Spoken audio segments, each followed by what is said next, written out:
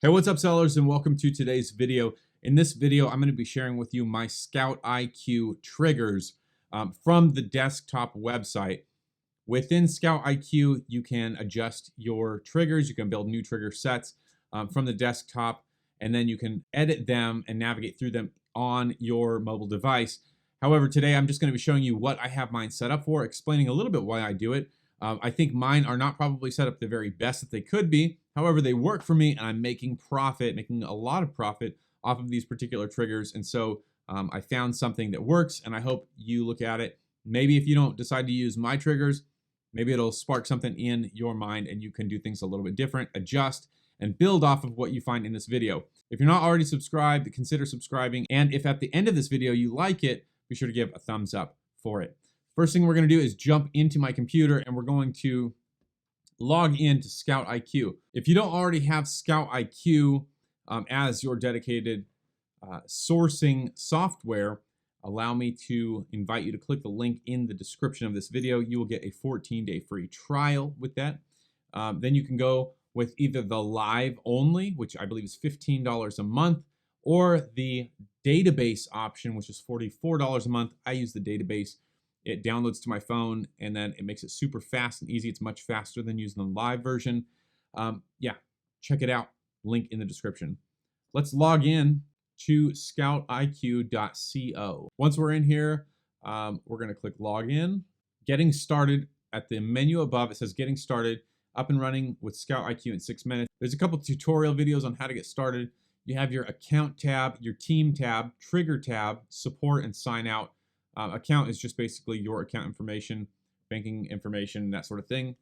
For team, if you get really serious into book selling on Amazon, you can eventually build your team out. You can buy additional accounts for, I believe, $10 or $12 a month and give your team members the login for each account, and then they can source for you as well. So you can actually grow exponentially through this way simply by clicking the team and adding members.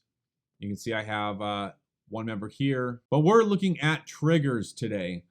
Right off the bat, your ScoutIQ default triggers are going to be pretty good, pretty on the mark. Caleb Roth, who developed ScoutIQ, he's a pro bookseller, and so he has put together some default triggers that work very well. If you decide that you want to build your own triggers and sort of branch out and kind of fine tune, you can do that. You cannot edit the ScoutIQ default triggers. If you go in here, you can see there's no way to edit these.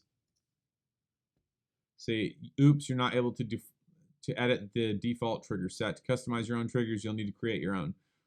You can kind of see what this setup is here. I'm not going to explain everything, but I'll leave this here for a second so you can look at what those default triggers look like. All right, and then we're going to go out. I have mine set up as ABC 150, ABC 3, eScore 150, employee 50 cents. Merchant fulfilled 150, and games. I don't know what the games is about because I never did anything with that. I was experimenting and it didn't turn out to be anything. How I have these set up, ABC 150, I just typed in ABC because I had to type something.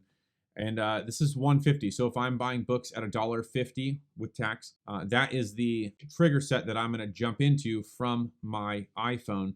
If I'm buying books at $3 a pop, which happens occasionally, then I'm going to jump into this one. And it's just going to calculate the profit a little bit more accurately, a little bit faster. eScore 150 is if I'm buying books at $1.50. I've set my triggers specifically to the eScore. That's really where I'm paying attention. Employee 50 cents. These are the triggers for my employees, so for my team, where I would be paying them 50 cents per book, and then at a buy cost of $2. So they would be buying books for $1.50, and I'd be giving them 50 cents on top of that. You can build your own employee or team triggers when you get there. Merchant fulfilled, $1.50. My buy cost would be $1. Shipping would be $2 plus per pound. $2 fixed rate plus per pound. We will jump into, let's see. Let's do the ABC 150. I haven't used these triggers in a long time because I've been doing more merchant fulfilled lately. So jumping in real quick, we can see up here the title. Fulfillment method is FBA. Buy cost $1.50. FBA cost per pound to ship into the warehouse is 30 cents. It's more like 25 cents per pound generally. but I put it to 30 cents per pound just to cover any sort of, if I don't make it right on the money, just add 30 cents. That's going to be factored into my profits whenever I'm scanning books. Here we go. Trigger 1, minimum E-score of 3, maximum E-score of 180.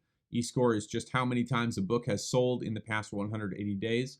Rank number 1, which is the number 1 book currently, through 100,000. FBA slot 5, use slot highest. Compare buy box, yes, 10% off Amazon. Target profit 50 cents. If I can find a book that fits these parameters, is ranked 1 through 100,000, a 50-cent profit is good.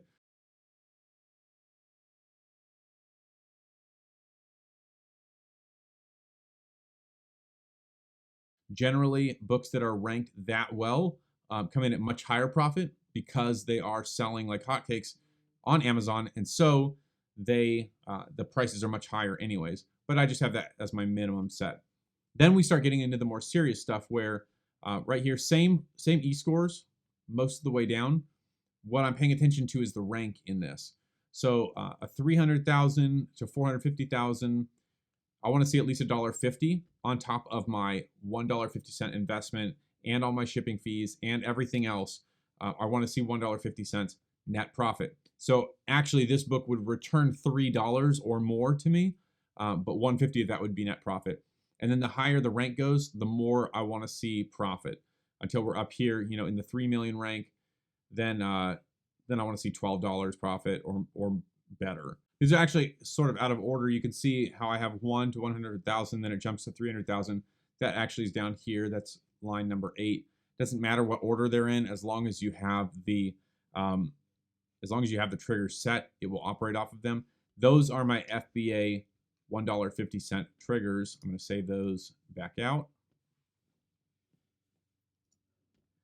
And the next one I'm going to share with you is my merchant fulfilled, which is a little bit different. All of the other FBA triggers are generally pretty much the same setup, just different numbers. And here I only have 2 triggers.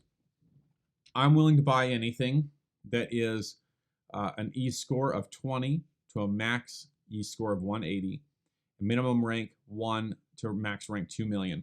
Because I am going to be keeping these in my my home, in my storage shed, I don't want 3 million, 4 million, 5 million ranked books. That's way too far out there. Those books would take forever to sell. I want to sell things a lot faster. My merchant fulfilled price is, my buy cost I have set at $1. That should actually be $1.50. And my shipping cost is $2 flat rate and then 25 cents per pound. So I can ship a medium L 1 pound book for $2.25 at this rate. And let's see, always reject, no, but anything over 2 million, so 2 million in one rank through, I have 5 million, but I should put that at 30 million. We're always going to skip the FBA slot because we're not selling FBA. We want to look at use slot number 1. I have this always rejecting. So anything that's in these parameters, I want to just reject because it's the rank is too high. I want to look, and honestly, like max rank for this first trigger, I should probably even have that much lower, 1 million. A million ranked book could have sold within the past week, maybe 2 weeks. I want to get my books out a lot faster than that. However, that is where I'm sitting with this. So if I spend $1.50 on a book, I want to see $2 profit. For me to come home, go through the process of scanning it in, listing it, repricing it, storing it in my home, and then doing all the packaging and everything, I want to see $2 on that. Generally, I can go out and find 30 or 40, 50 books, spend $1 or $1.50 on each book, have all that work completed in just a few hours. Then it's just a matter of shipping the item whenever the time comes when they've been sold. That's my merchant fulfilled trigger setup. Like I said, I have not gone crazy with these. And so if you see that you have a little bit different of a trigger setup than I do, and you think I might be missing something in an area, definitely be sure to drop it in the comments below and let me know your thoughts. Do you have different triggers? Do you have something else that works a little bit better for you? Let me know. I'm always open to learn, as well as open to share what I'm doing in order to get better and to make more money online. Guys, thank you so much for watching this video. I appreciate your viewership. If you're not already subscribed, consider doing that, as well as clicking that notification bell icon. And then if you did like this video, if it was helpful to you, be sure to click the like button and give it a like. That goes a long way. Thank you for watching, and I will see you guys on the next video.